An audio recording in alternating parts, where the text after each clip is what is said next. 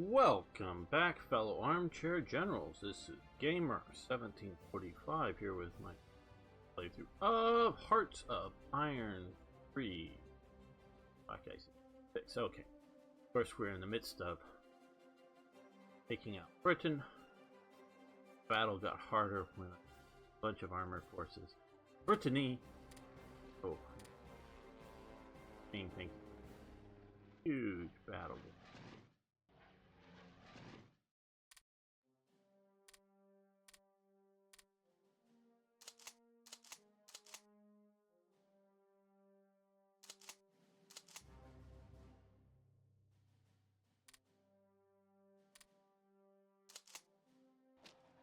Here you go.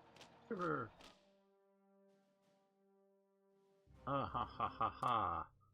They came down here.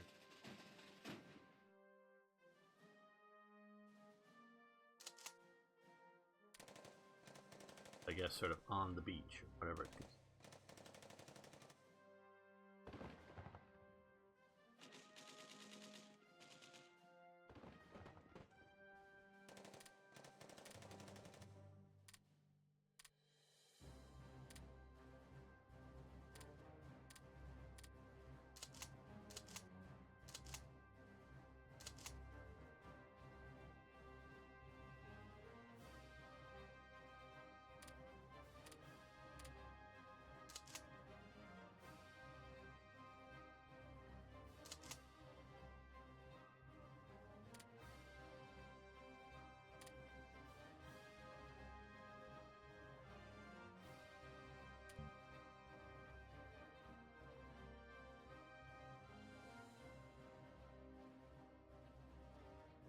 Okay, pause. Hit continue because we don't want to access. Quite in.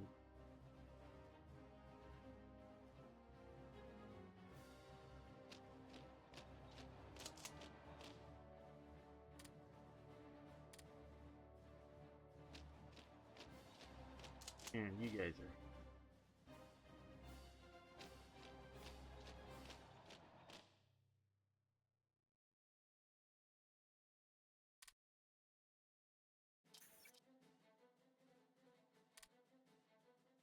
Fly convoy.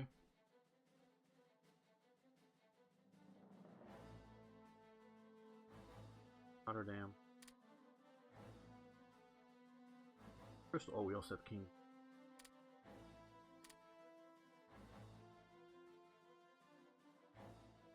Damn.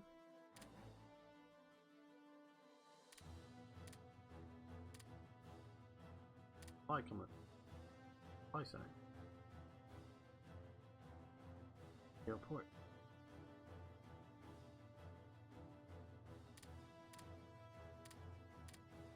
All the supply that we could need for.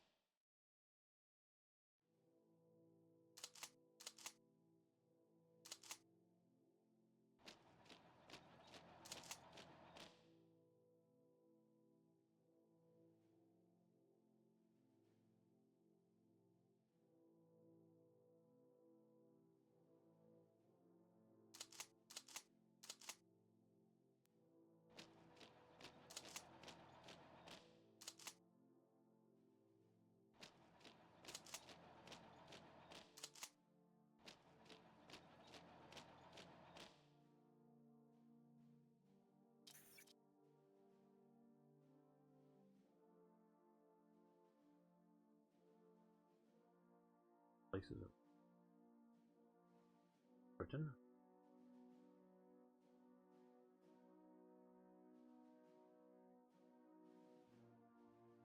put other.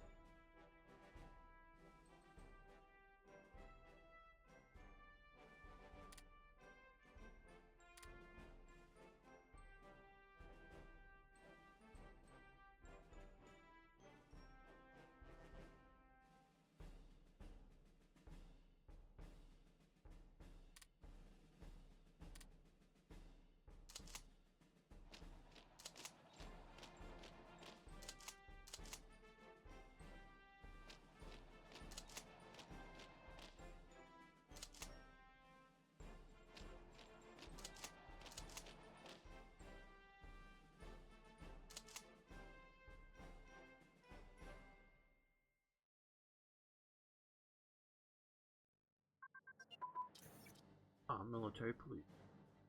Good.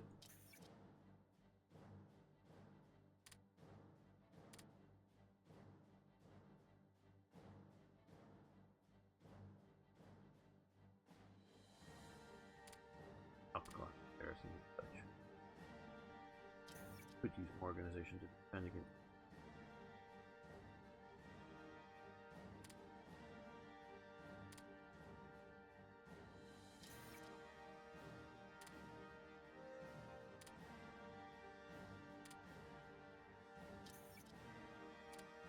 Watched a interesting video the other day. There's a great channel and website. It's called, the website is forgottenweapons.com. The channel is forgottenweapons.com for it on YouTube. Highly recommend it. I think it's down on the main page, one of my recommended channels, and it's on firearms. Watch a video called four interesting facts about the Oerlikon anti-aircraft gun. I noticed it's a gun originally designed in Switzerland just before, but it's a straight blowback weapon. Sort of remarkable for that. For some of you know a bit about firearms, but a lot of firearms, like the bolt-action rifle, they have locking lugs. So the bolt, when it's locked closed, or when it's closed, it's locked in there with lugs, so that it's literally almost impossible to like have a blowout from the bolt blowback. It's locked in there. So, and then guns like a lot of semi-auto rifles, guns like the 1911 Browning High Power, and a lot of other semi-automatic pistols. Also, when they come into battery, they're fully locked into place, and the how do you put it? Has to recoil a little ways back before the breach from the back of the pistol or whatever. It needs to move a little bit before it can unlock and then travel back. So they're various types, often just recoil operated pistols, but they're not blowback. Where a blowback pistol does not lock up, it just has the spring tension on it. So for most pistols, it's you can do it only from like a 380 or the 9mm Kurtz in Europe kind of cartridge blowback, and lower calibers can be blowback. Generally speaking, 9mm, most of the others need a locking mechanism. They generally, because there are exceptions, but those are blowback. And a lot of machine guns, some lock, some don't, but you can do the sort of blowback because on like a Maxim machine gun, you just got large springs in there able to do it.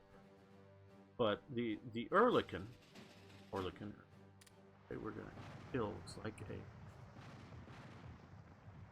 what is the SX flotilla, but look left. Is also a blowback, but it's a complete open bolt system. Again, like a submachine gun. Most of those are blowback because unlike a pistol, with a submachine gun you can put much heavier springs in it in practice. So a lot of them, not all, but a lot of them are open bolt. The reason they want to keep open bolt, and by open bolt it means is when the bolt is open when you pull the trigger, so meaning there is no round in the chamber when you pull the trigger. And sort of the main reason, one of the reasons they want to do that is that if you fire a lot out of a submachine gun and then have the bolt closed with a round in chamber, that round can cook off, meaning gets hotted enough, and then you just, as you're walking around, you just go boom, and it fires. And if it's a machine gun, it can, if the trigger isn't pressed, it won't fire a second time, because the auto steer only works triggers pulled, but it'll just randomly fire, which of course can hurt the operator or somebody around them. So some machine guns are closed bolt, but submachine guns, I'm talking about 9mm 45 caliber kind of thing. A bunch of them are open bolt, partially for that, and also if you have an open bolt in there, you have airflow through and around to cool it off, so it cools it off in between shot, groups of shots. So they're open bolt, and so not always, but most of the time it's sort of like a fixed firing pin or something. So, although again, not always. So instead of having a hammer that goes up and hits the firing pin, it is just simply the round being stripped off from the spring behind the bolt, pushing it forward, going into battery, and firing at the right point, and then immediately the blowback happens. Well, the Ehrlichen is basically the same type of thing, in that it's open bolt. When you press the firing mechanism, the bolt starts moving forward, strips off a round from the magazine. It is a magazine-fed gun, and puts that round into the barrel. And it has a very long breech section where the the casing goes. So it closes in there, and the last sort of element of the movement is, so it's fully enclosed in the breech section, and actually sort of penetrated into the breech section a ways, so that, and this is with a 20mm now, remember, is when the firing pin finally moves far enough forward and strikes and fires around off, and it immediately starts going backwards. There's no like gas system that delays it, that keeps it locked, or no recoiling system. Two different details there, but don't work it. So it's immediately blowback and immediately coming back, so it starts to travel backwards. But for the time that it takes the bullet to go out the barrel, it's still traveling backwards within this long chamber, so there's no tight gas expansion to worry about, and it comes out. Now, to do all of this thing with a 20mm, it needs a 350-pound recoil spring. So to cock the gun, you have to be able to pull back 350 pounds, which is basically inhumanly possible for a person to do it. And since it's open bolt, and you don't want to store the gun, on a daily day after day after day, open, because it'll put a lot of extra strain on the spring. So you want the spring closed. So they actually made a sort of rope device that would hook onto the bolt and go over a little bar thing on part of the gun and then to the ground. And so when you put this on, when the gun is pointed straight into the air, and then lift up to bring the gun horizontal, and that with the bend in it and all should reduce your needs, but probably I'm guessing it's still 60 to 100 pounds or something. I don't know. Cock the damn thing. Don't quite know, but they also made a ratchet type device if you couldn't easily where you were cock it. Another mechanism. So sometimes they mounted those on aircraft or something. Probably had the ratchet type device to you sort of temporarily attach it to the side of the gun and cock it. And so, you know, that works, and that's how it works. Interesting thing. That was probably none of you cared about, but okay, so we killed.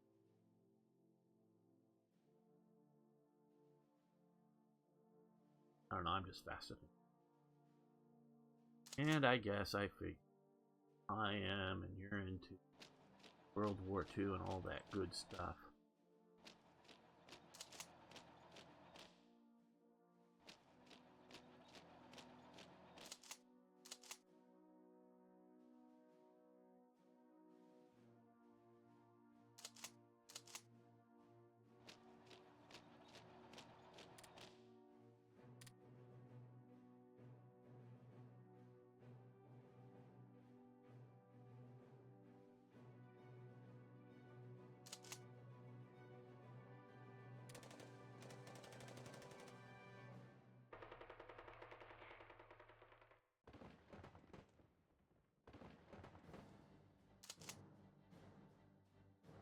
Bowser's back. He's across the river.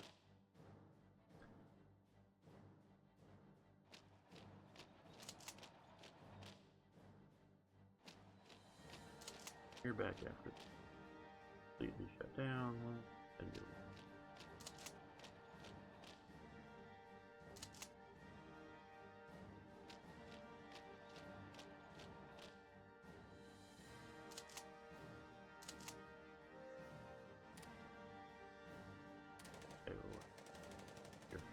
oh, good. We've got rid of what they were 24, 26, I forget. 17.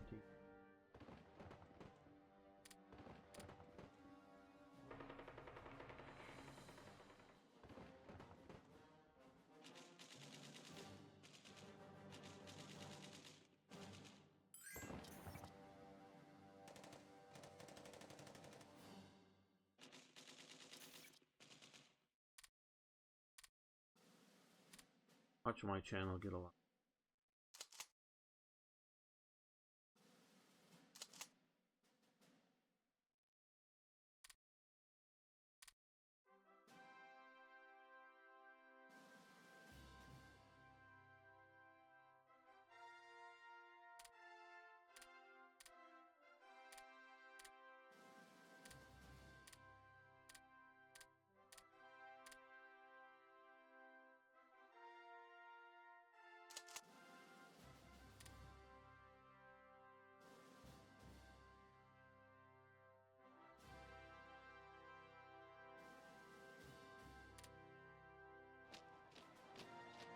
Stronger.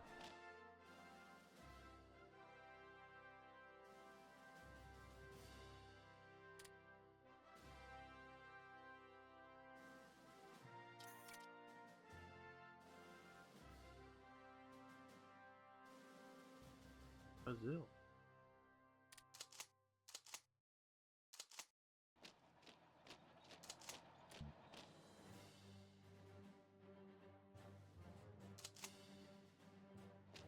Port. That or back to this port.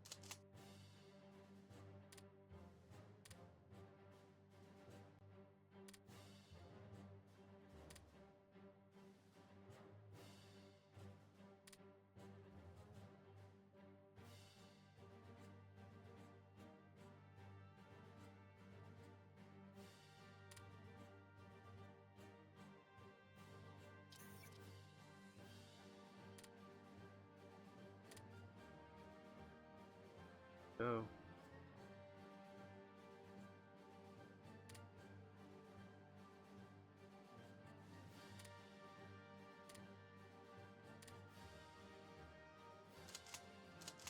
Let's see if we can end this paint.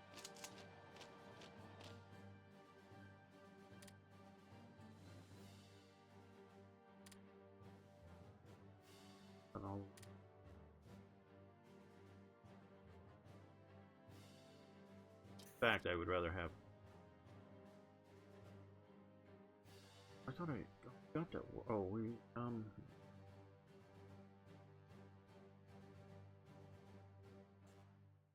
already said it.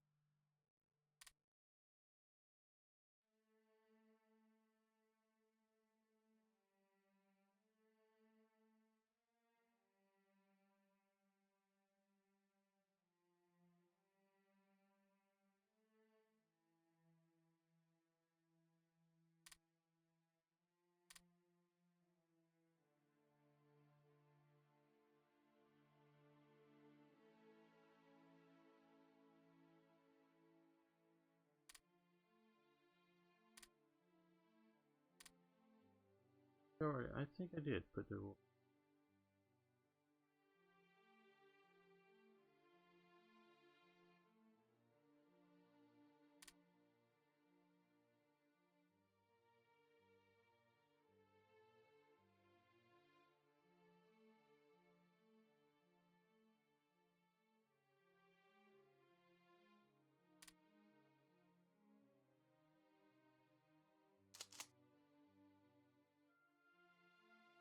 Because if we can take them out, keep their army as intact as possible.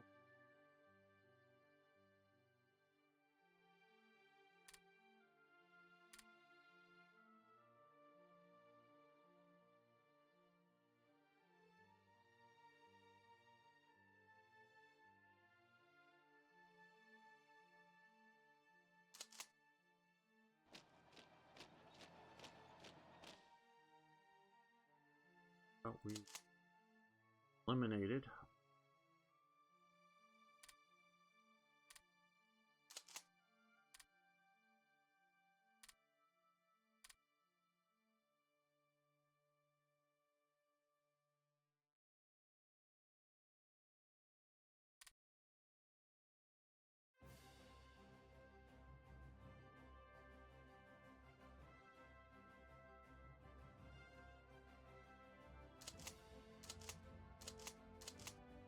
Okay, so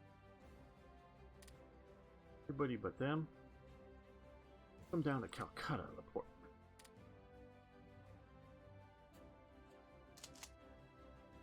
And also come.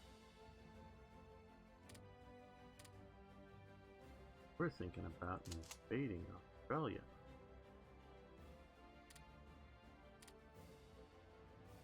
We need some better forces and we don't know.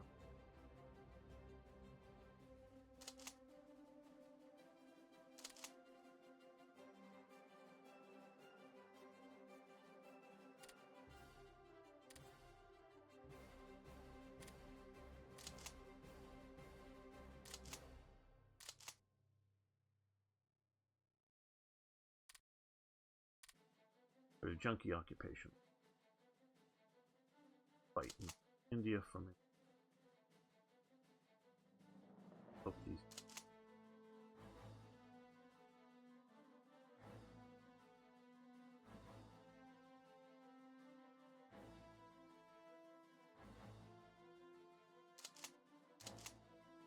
Beetle.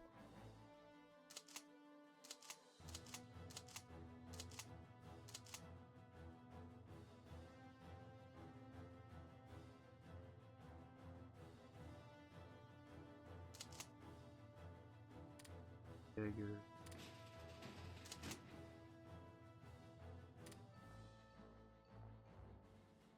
Special.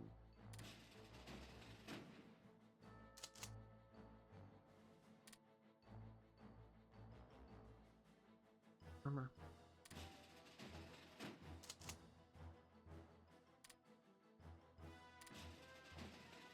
Or moral support.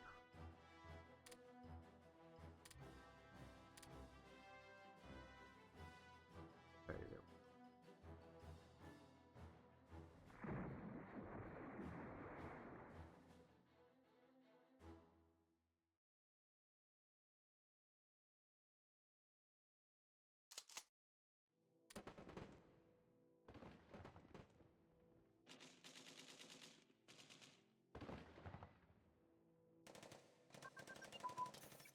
Okay.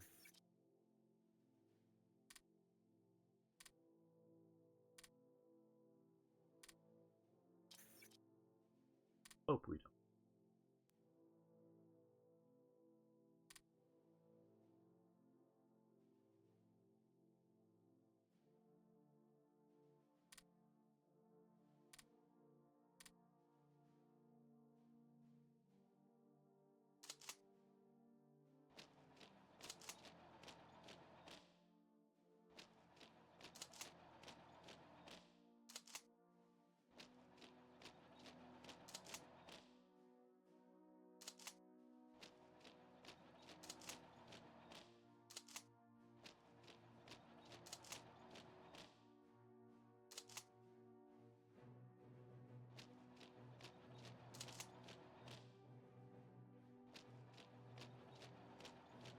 Oh.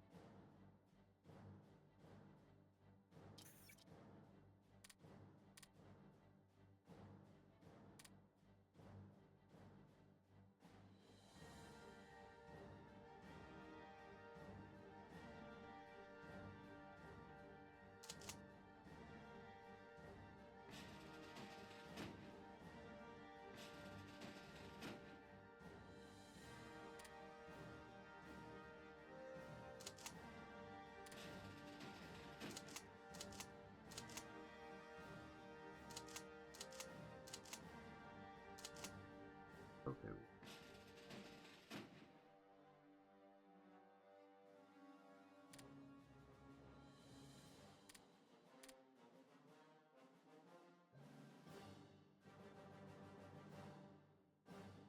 Or at this. Forever, maybe.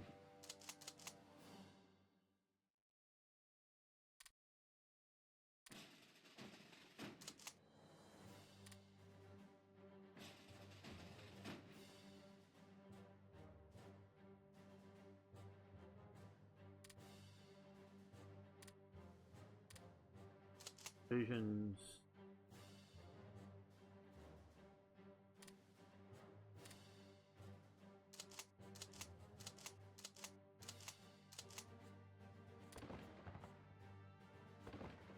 Now they're down to.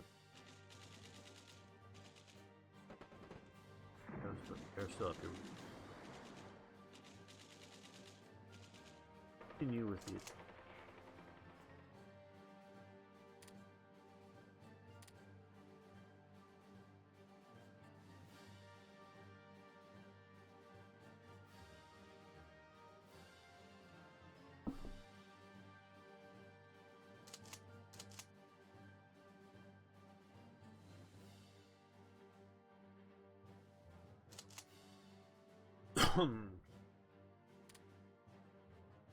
Well.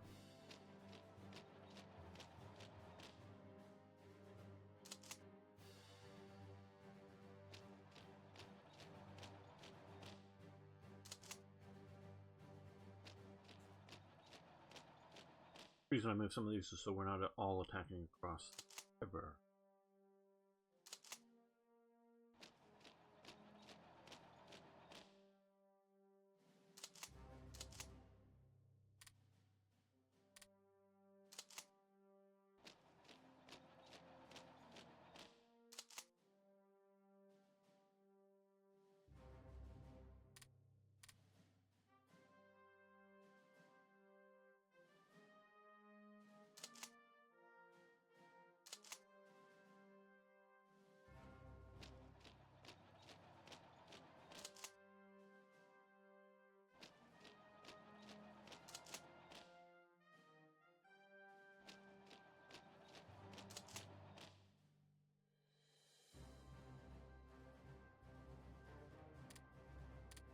Hey, we thank you. Ooh, they got unknown numbers of BBs, yeah, 47 units. Oh, 47 units are based here. Okay, guys, when you get ashore, run away.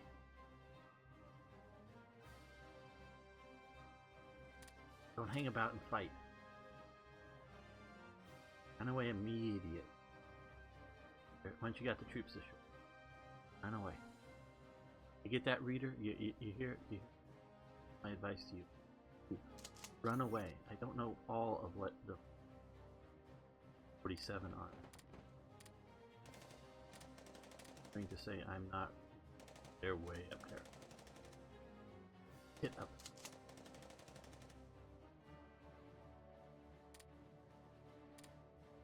Oh, look at that path that has to go to get up there. Okay, well, you just. Okay. You're gonna take a while to get there.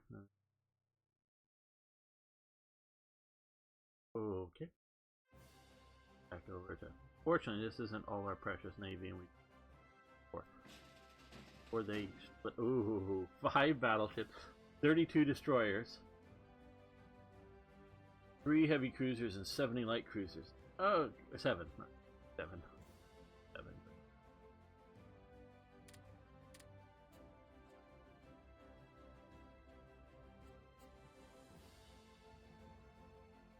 Don't get. Run away! Run away! Cag duty. I don't. Okay, good. Cag duty. Light carriers. How many? But phew. Cags.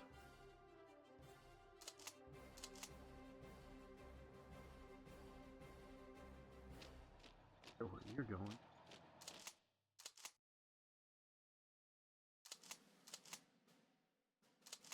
These guys to occupy here. Here, do level 1 minimum pillbox, quick, cheap, built.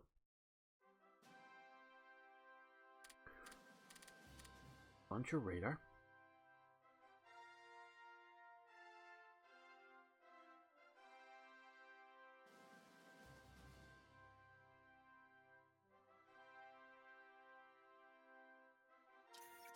Product.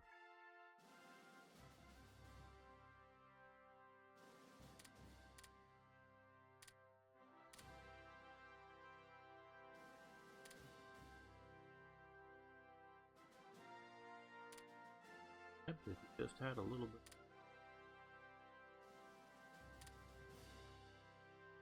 There's not based on light here. Not live that great.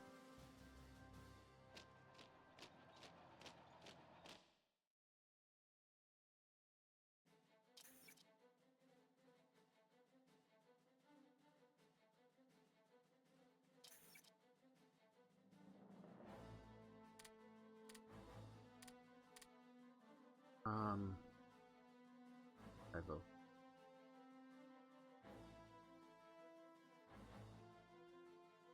Okay. Heavy time.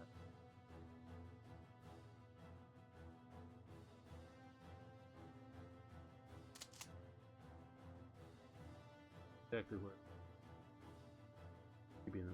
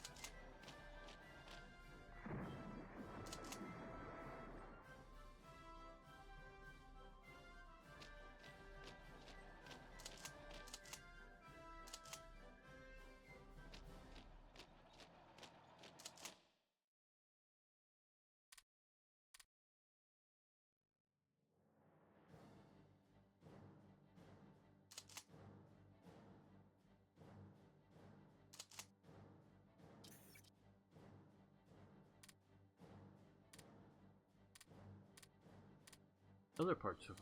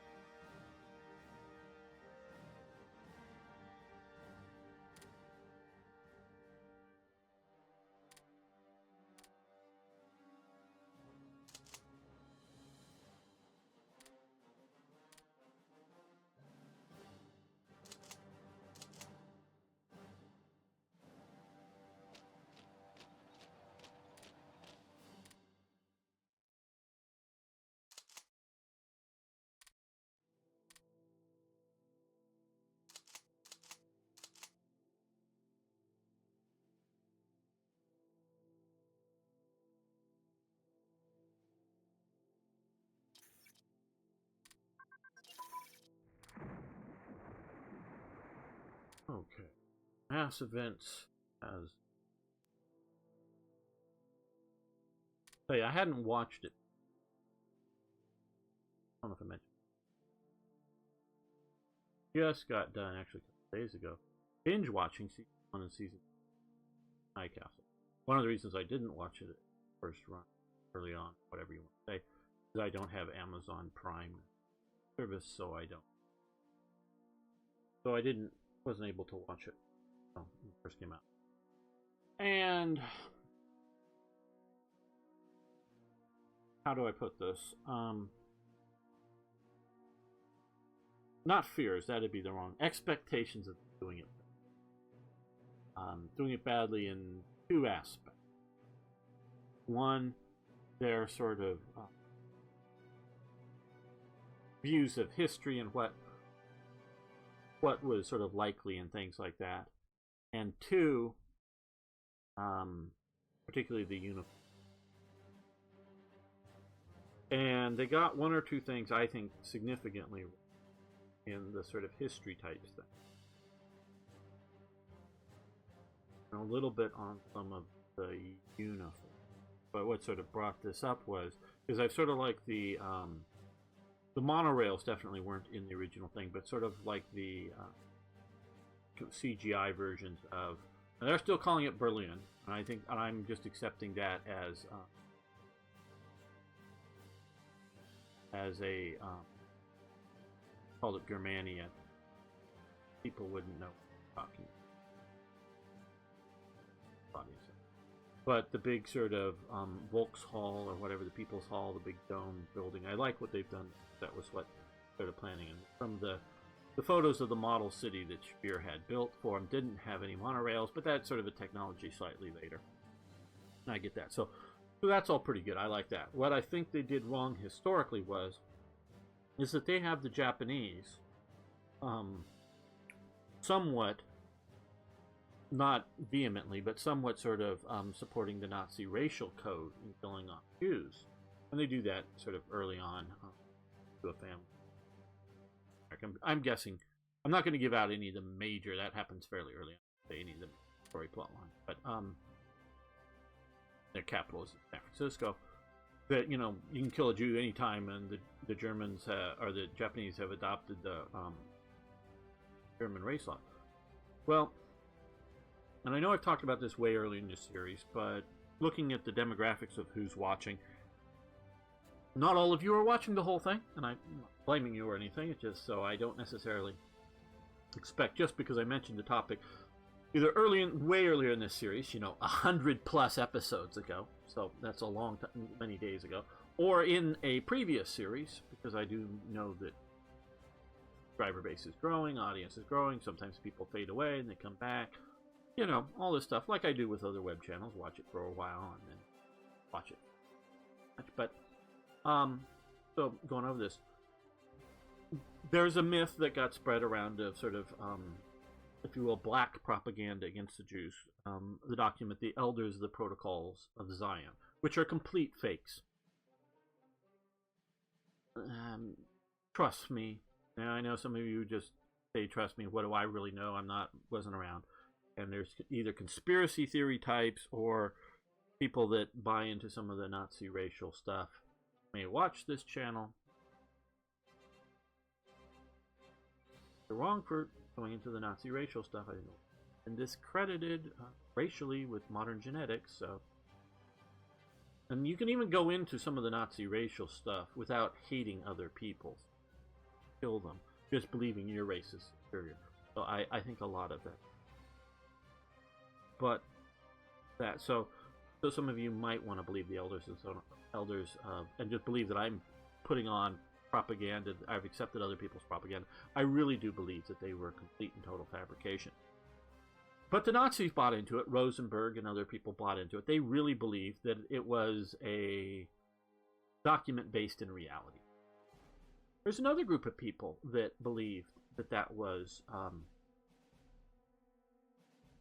document based in reality, and that the Jews were on this multi-generational plan to, like, I guess from behind the scenes or whatever. And I have not, I've seen little bits and pieces of it quoted. I haven't no interest in reading the whole.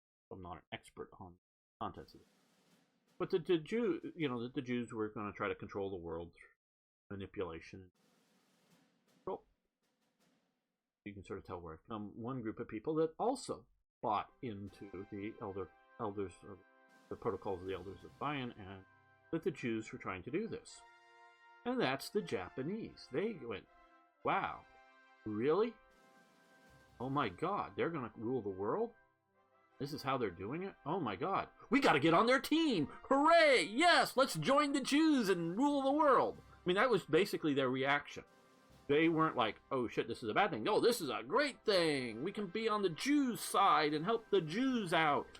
And through them, we'll be the military power because we're sort of this superior culture, race, group, Bushido, samurai, warrior type view stuff. And they'll be the sort of banking and backroom manipulators of the rest of, the peoples on the world. And yay for the protocols, and yay for the Jews, and hurrah. So they were like, yes, and get on board. That's basically at least within the upper elites of Japan. They didn't publicize this to the mass populace. And so they were tried to do major outreach to Jews in America and other places. They wanted to set up a Jewish colony or more, and they were still the Japanese, like Chinese, and I can point you to a good web channel. Chinese are still very racist today, but you got to sort of understand they're sort of an insular culture. They don't meet very many people. I mean, like my grandfather went. My grandmother and grandfather were world travelers, and when they went to China within about 12 to 18 months of the first real Westerners being allowed into China. And I mean, it was an incredibly rare at that point. This is, I think, like early 80s or late 70s or something like that. I forget. Yeah, but so there's literally some of the first Westerners, the People's Republic of China, after opening it up for Westerners is in the sense of travelers, diplomats, or special like that. And so, you even to this day, you go to, Shanghai, there's lots of, there's lots of outsiders there, but when I say lots of them, there's still less than 1% of the population of the city, probably less than 1/10% of the population of Shanghai. So a lot of Chinese have never met, face to face, had met in a European or an African or a South American or an Indian. They've never actually physically shaken hands, never met one. And of course, probably lots of them seen things on TV and whatnot. They know what it look like and have some skewed idea of our culture. So this is why the racism, of course, and it's still official sort of government viewpoints on this kind of stuff. And so it's a very racist society. In Japan, it's similar. They're quite racist. But in both cases, they're not racist like Nazis are, and that, they hate a group of people and they want to exterminate them. It's not like that. It's not like the Ku Klux Klan in America, which, trust me, everybody else who sees things like whether it's on CNN or Russia Today about these neo-Nazis in America, Yeah, they get 500 of them together for a march in some out of the way city in Virginia.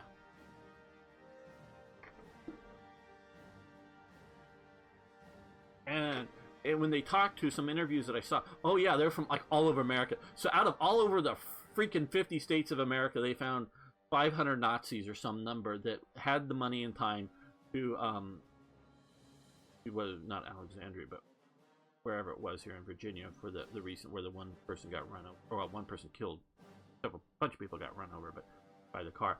So out of America, they get 500 neo-Nazis together. So that's, you know, again, they can show up with 500 of them, and then of course there's a lot more, whatever, you know, spread throughout America. But it is less than a tenth of 1% that are the you know, neo-Nazis and Ku Klux Klan types in America. There's a lot of other people that they don't like other groups of people or whatever, but they're not these sort of hate racists. And again, when I'm talking about in a lot of Asian countries, they have this various racial hierarchies, but they're not like, oh, we hate other people. No, it's just they're not as good as us kind of thing.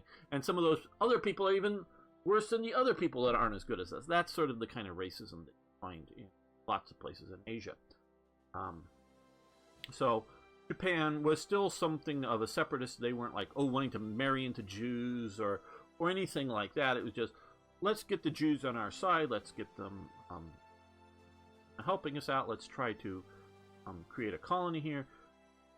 And they, you know, to the point of like, let's take the European Jews that Germany doesn't want. You know, this is before the Holocaust started, and they really were trying to push this quietly, but they were trying to push this and trying to get the word out to the world Jewry. Hey, come to Japan. We'll set you up right. You know, whether it's in Manchukuo or some other places, we'll create colonies for you, and we'll help you rule the world, kind of thing. Okay, so that was really going on. Now, of course, they also supported the Russian Nazi group that was here that wanted to fight the Russians, fight the Soviets, I should say. But they sort of kept the groups apart, and there was a fair number of Jews that were here. So like, you know, so the Japanese were trying to be on the side of the Jews. So I don't think whoever wrote The Man in the High Castle and or the TV people knew this about Japan, because it's something I didn't know until fairly recently, and just how it was always kept quiet, how much, but they were trying to reach out to different Jewish groups, and that was part of what they were trying to do with some of their outreach during the lead up to World War II, when they were invading China and everything. They were trying to get in America various Jewish groups to go, hey, yeah, we're just taking China. We'll give you guys a home. We'll be really good, but hey, can you convince America to not hate us and not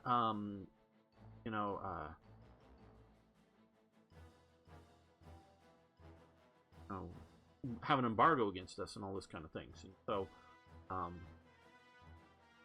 that I think they got wrong with this. So, and I think Japan, with the way The Man in the High Castle divides everything up, I think they would have put out the word that they would have been a Jewish refuge and allowed Jews to come and not persecute them, not hinder them, and give them sort of special status as a way to get them as localized allies for it. So that, I think, the series got wrong.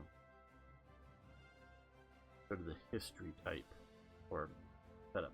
The other history thing that I think they got wrong, and again, I haven't looked into who wrote the original book or something, but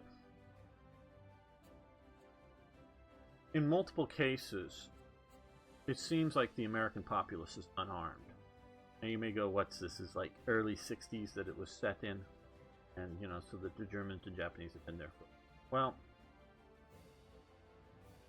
let me give you an example of this math problem. I have 4 guns.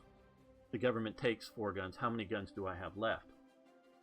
24 guns, because I lied.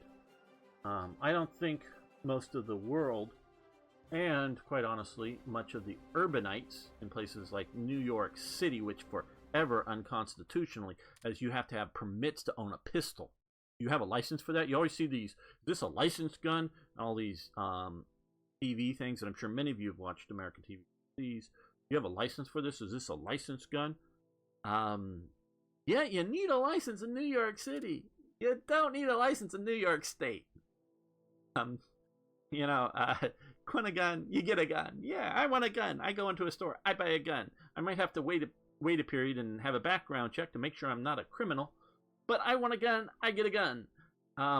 In the times before World War II, outside of some place like New York City and a few other places where they require licenses illegally, you want a gun? You walk into a hardware store or a liquor store or a pawn shop or whatever, and you buy a gun without an ID. They didn't even ask if you were a criminal. You just handed over the $5 and you walked out with a gun, because that's like what a gun cost back then for a cheapy thing. And you wanted a gun, you bought a gun. Got some ammo, you got ammo. Guns are just, let's just say if there's 200 million Americans, there's probably 400 or 500 million guns in America at that time. America is awash in guns. So, Japanese comes in here, tries to confiscate the guns. They aren't going to do it. I know they sort of wanted to set up this world in which there's an occupation, but and so part of what really two elements in this. There's this sort of neutral zone that's sort of lawless and maybe vaguely theoretically under Nazi sort of laws, but they have this like one guy called the Marshal, and he's like some sort of bounty hunter, and he's acting all tough, and he's got guns, and he's threatening innocent people and the town and whatever. And this is rural America, Cannon City, I think it was called. Somebody just would have put a freaking bullet in his head, because throughout all this zone here, they've all got hunting guns. They didn't back then necessarily all have scoped hunting guns, but they've all got guns. And once you start behaving badly in a town like that, and you look in the Wild West, and sometimes the movies are unrealistic, the cowboy movies, and sometimes they're very realistic. But when the Marshal's really the good guy going after the bad guy, yeah, people are going to let him do that kind of stuff. But not the way that was going to go, and no one would have known, because someone could have just sniped out of a window and just put a bullet in his head. And when they were doing these sort of reprisals of people in the city, San Francisco, I think it was, pretty sure, they were, they just got some people out the street, lined them up, and started, mass shooting them against the wall in front of everybody. In real America, in California, guns would have started appearing, and they could have gotten away with it once or twice, a mass shooting, and then people would have started arming themselves up, not being rebellious necessarily, but starting to shoot the Japanese that were going to do this. And so and they talk about, I guess Washington D.C. gets nuked, something, they get attacked. I really think in the 1940s, and of course this is a different world, and you can say, oh, well, they had gun control since the American Civil War or something. Okay, well, maybe if you want to try to plot some wacky, weird America like that enough and justify it. But I think America would have been ungovernable by violent occupation, by either the Japanese or the Germans. Now, they might be able to put in big armies, move those armies coherently around and take big cities. But I think they would have found, so you could maybe sort of install some puppet governments. I think you would have quickly found America to be ungovernable. Because there is a whole, and again, you may wonder about these gun things. Well, there's a whole bunch of guns in America, and a lot of them are disappearing. Remember, I don't know if you remember, but no, I used to work in a gun store, so I sort of know this in California, so at the time I'm fully up on everything. But there's this whole group of guns that are now sort of junk to people to some degree, because they're not that collectible. They were mass-produced, post-American Civil War, 1865 through to about 1900. Mass-produced in huge numbers. And they produced ammunition for the guns up until this 1940 or 1942. And a lot of these are oddball calibers for today's guns. A lot of them are rimfire guns, but like rimfire in 44 caliber or 41 caliber or 38 caliber. And there's all these types of guns that they just don't make ammunition for anymore. And particularly with a rimfire, there is no, in my knowledge, real practical way to reload the cartridge. So you shoot it once and it's done. You can, melt the brass back down and put it through the thing and make another rimfire cartridge, but you can't just reload it like you can with the centerfire. But there were, the major ammunition manufacturers kept making ammunition for these guns because there were just so many of them out there. Well, they all stopped making these, particularly rimfires, and go down to the basic traditional like pistol and rifle cartridges that unless they're new development, specialty pistol like 10 millimeters in a fairly new caliber or whatever, or 40 cal Smith and Wesson automatic, kind of stuff. A lot of stuff since the 90s, shall we say? But the late 90s, new and cool calibers that people are working out specialist reasons for them to exist. But so unless you're talking, so just sort of the standard calibers, they stopped making for all of those calibers once they switched over for war production. And so all these rimfire, and some of them were centerfire cartridges that are just, they may be a 38 caliber cartridge, but they're a little too long or a little too short for the standard, what we consider like a 38 cartridge today, rimfire cartridge, because there were huge numbers of manufacturers, and often the manufacturers made their own ammunition and all kinds of stuff. So that all goes away, manufacturing it at the start of World War II, manufacture for the war, and after the war, nobody really goes back to manufacturing those things. Now, a lot of those calibers are now today back in manufacture for special cowboy stuff. Not all of them, but you can imagine all of the guns. And if you think the American West had a lot of guns and a lot of gun violence, actually some of towns that Tombstone and the other sort of big wild towns actually had less gun violence per capita than most major West or East Coast cities. Okay, gun violence is in people shot. These urban cities, like movies like Gangs of New York, were actually rather violent places, and so lots and lots of people owned and carried guns. Lots and lots of people had guns. If you look at a really good movie, Sergeant York, which is about the mountain peoples, and in that movie, Sergeant York, or just Alvin York at the time is one of the best local shots, and he's shooting in a competition. He's using a muzzle-loading rifle. So you got to understand, in a lot of America, in the hearth above their fireplaces, we're still muzzle-loading rifles, and that's in 1914. Trust me, they are still around, though most of them are family antiques that are sitting up on the mantle above the fireplace in a lot of these homes.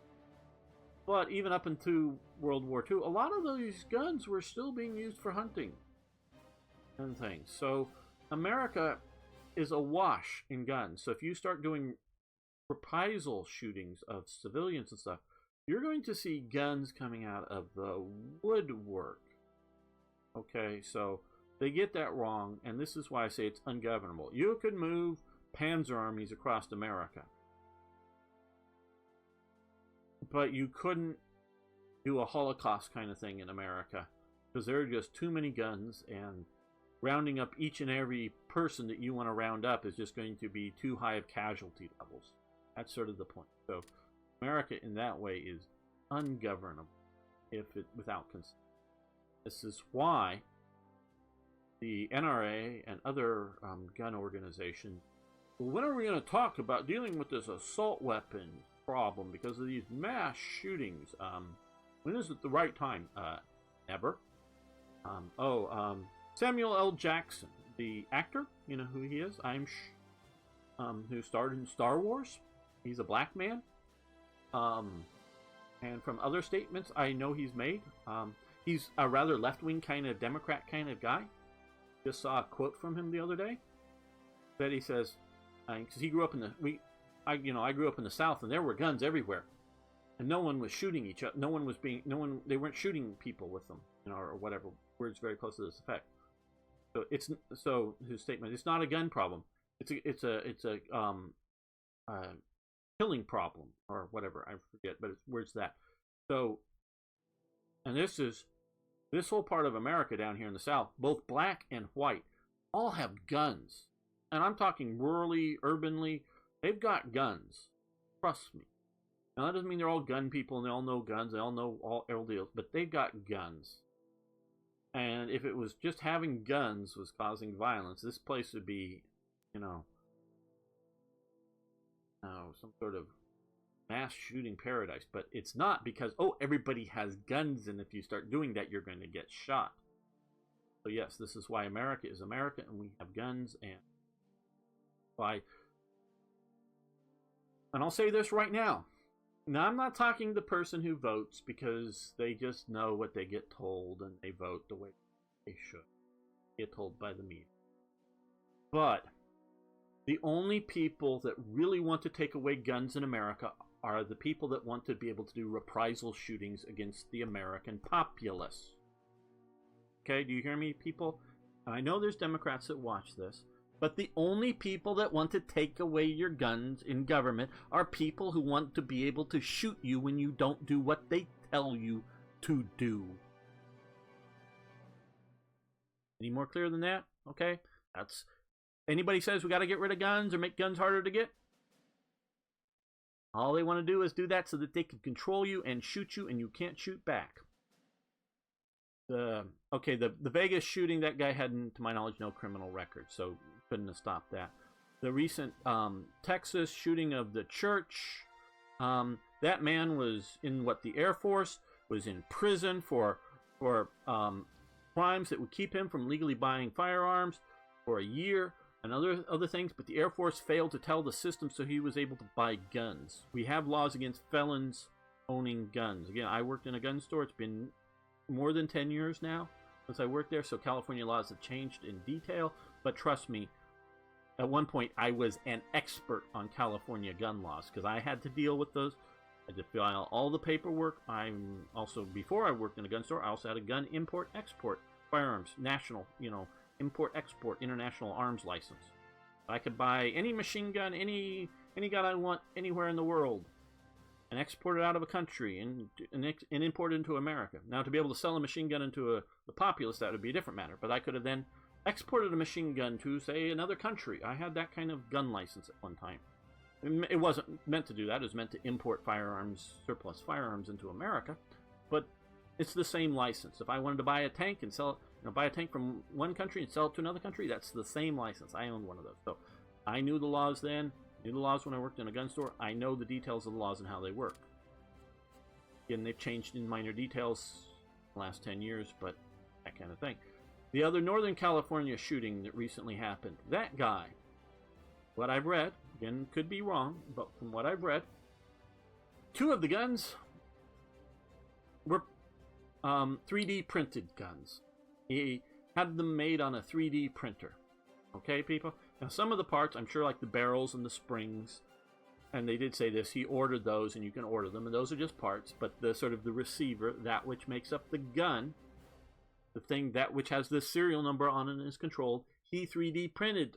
Two of the weapons were 3D printed. So how the hell are you going to control on the internet the specs to have a 3D printer print out a firearm? How are you going to control that? Are you going to control you're going to have a government camera watching all 3D printers in the United States? See if anybody makes a gun? Is it going to be included? Oh, well, government has a government camera on all 3D printers, and if out comes a gun or a gun part, you will be immediately, government will be immediately notified, and they will swoop in and take you. Okay, so now that we have 3D printing, including 3D metal printing, but you can also do it with a plastic gun and make it. Remember, a Glock is partially made out of plastic, and you can do even more than what the Glock is made out of on plastic. And even some of the metal parts, you can do them out of 3D plastic. They'll just maybe only last 100 rounds and start falling apart. But you can make them out of plastic or metal 3D printing, which they can do also as well. So 3D printed guns are here, people.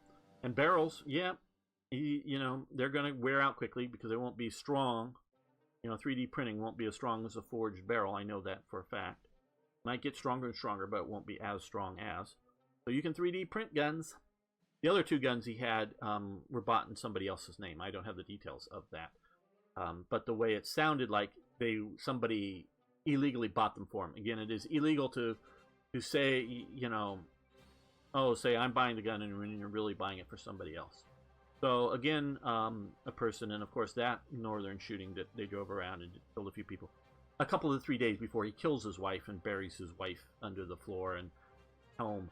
And after a few days, I guess that he realizes, well, eventually people are going to start missing my wife, and they're going to start coming and looking and finding the body. So he decided to just shoot up the town as his sort of last moment of whatever before kinds of things.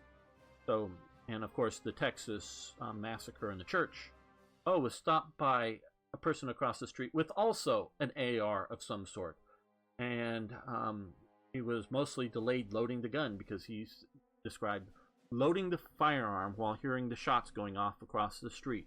So I'm presuming he was putting rounds in the magazine, hearing the mass shooting going on. Said he was scared to death, but he was loading his gun to go deal with it. So that's why that ended when it did, is because another good guy showed up with a gun. Often the first good guy is a police officer, but not always. So yes, so the only people in power, in government, who vote for things, only people who want to be able to do mass shootings against you, who have, I can change this over from recording the game to recording the desktop, but I saved a really nice picture of there's a bunch of people in the background, but really nice picture of 2 Chinese soldiers, each holding an arm, and you could just tell that they were real experienced because they were holding the arm and they knew how to lean out of the way, and I could just see that they were out of the way so that the 3rd Chinese soldier who was getting ready to pull the trigger, they'd be out of the blood and brain splatter, and they had 100 people or more they were getting ready to shoot.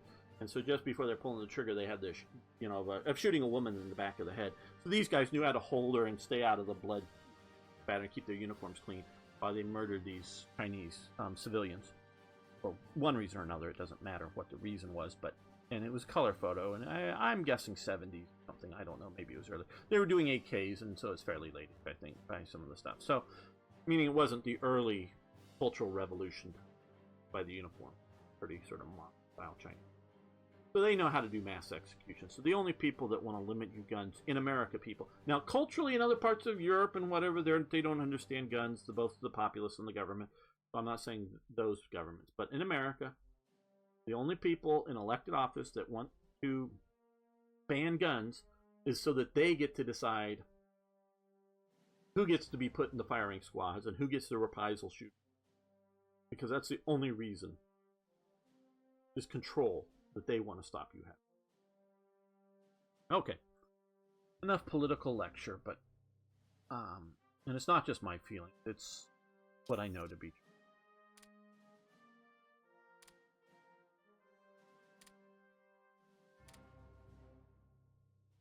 Oh. So yeah, so they got that wrong. Okay, no need. We're not going to try to grab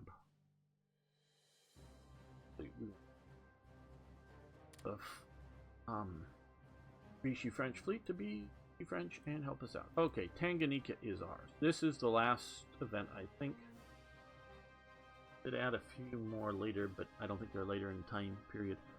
The last event for Tanganyika submod, which of course, as we've seen, has worked very well. We have no revolt risk here. We have German provinces. We have German occupation here. British provinces. Okay, Tanganyika, ours.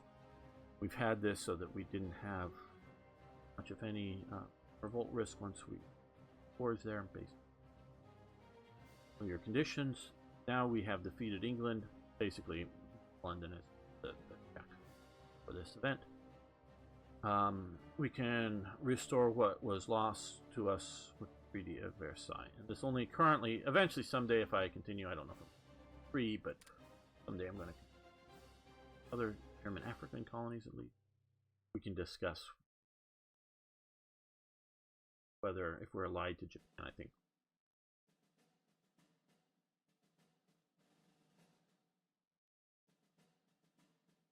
So, let's see if this works. Okay, see, we still have English cores there because of their occupation, but it is now no longer occupied. It is now German territory. So these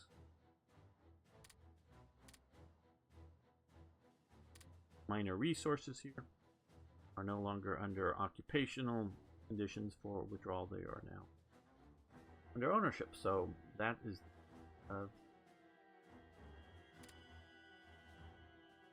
Fall of London. The first German scout units advance in the city. The chimes of Big Ben echo through. Also mute your star, but okay. So they gain descent and lose nationalism. That's the end of Tanganyika, basically. I do believe. That's a cool mod, I think. And diplomacy down here. Ooh, looks like they're about ready. Let's.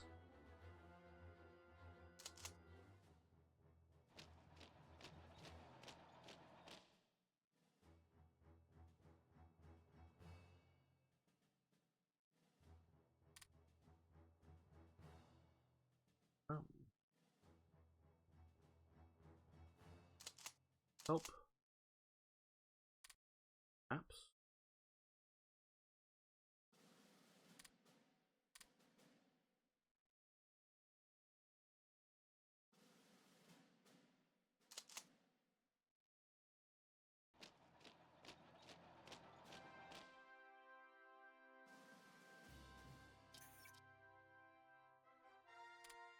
But other than that, now of course there's, shall we say, science fiction element of able to travel between various worlds and Man in the High Castle and that kind of thing. But between other, obviously, but other than that, they did a lot of things very right. I was quite pleased compared to what my expectations were. I have low expectations. Shall we colloquially say Hollywood, whether it's actual really Hollywood or just some other thing, getting things like that right.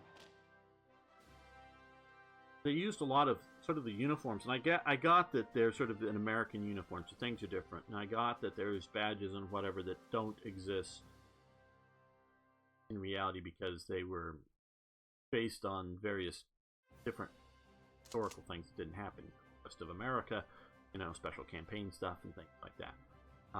But they seem to use a lot of the imagery of sort of the Iron Cross with the swastika in the center and sort of cross swords behind it, which was the, for in a lot of the American stuff, which is sort of the symbology for the World War I Veterans Organization, the Stahlhelm that was allowed to continue. They were using a lot of Stahlhelm badge imagery, so I thought that was interesting, and I'm presuming it's mostly some graphics, person who's designing this costume or whatever for the series, and oh, this looks cool, let's make a badge based on this. In low expectation.